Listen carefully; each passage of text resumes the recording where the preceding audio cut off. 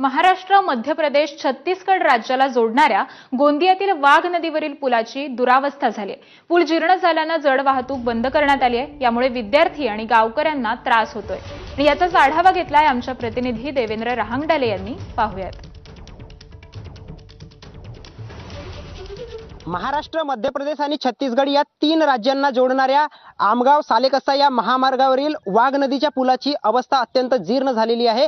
त्यामुळे नागरिकांना याचा मोठा त्रास सहन करावा लागत आहे। मी सध्या याच पुलावर आहे। आपण बघू शकता या पुलावर मोठे खड्डे पडलेले आहेत। इतकेच नव्हे तर या महामार्गावरून जड वाहतूक आता बंद करण्यात आलेली आहे। जड वाहतूक जेव्हा सुरू होती तेव्हा या पुलाला अक्षरशः कंपन सुटत होते आणि त्याच्यामुळेच या महामार्गावरून जड वाहतूक बंद करण्यात आली आहे। या जड वाहतूक बंद झालेल्यामुळे जवळपास नागरिकांना 20 ते 25 किलोमीटरचा फेरा मारून जावे लागते।